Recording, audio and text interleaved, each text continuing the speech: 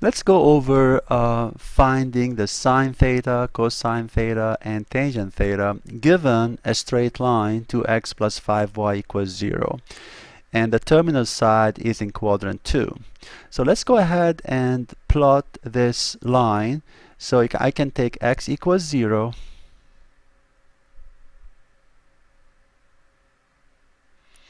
and that would bring, of course, if you put x equals 0 here, then 5y equals 0, which means y equals 0. So my first point is going to be 0, 0.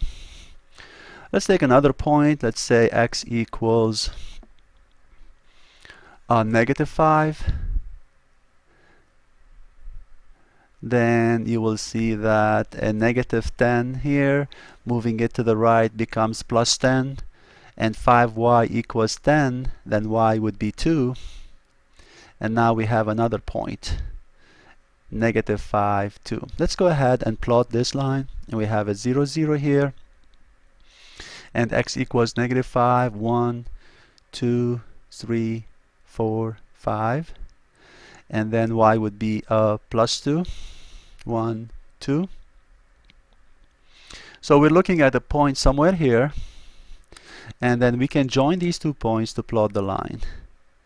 And I just plot the line in the second quadrant because my terminal side is in the second quadrant. So here, if I start and this would be my angle theta. Okay, and I can plot a triangle here. If I plot a triangle here, then this would be my reference angle. So I'm going to call this one a theta prime. And this is my reference angle. The opposite is 2. The hypotenuse would be a square root of 4 plus 25. So it would be the square root of 29. So here I have a triangle with a reference angle theta prime sitting in the second quadrant.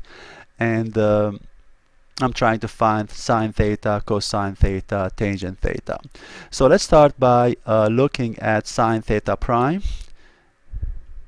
Sine theta prime equals to opposite over the hypotenuse. And of course, because theta has a terminal side in the second quadrant, sine is positive. So that should be equal to sine theta. So the terminal side will decide about the sign of the trig functions. The terminal side in the second quadrant, the sign depends on y, and y is positive in quadrant 1 and quadrant 2. Let's look at cosine theta prime, and that's going to be adjacent over square root of 29, which is equal to cosine of theta. Now this time I'm going to have to say a minus cosine theta. So first of all, let's try to find the cosine theta prime as an absolute value.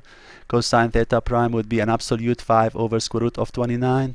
But the cosine theta, because theta is the terminal side in the second quadrant, and cosine depends on x, and x is negative in the second quadrant. So I'm going to say this implies cosine theta equals negative 5 over square root of 29.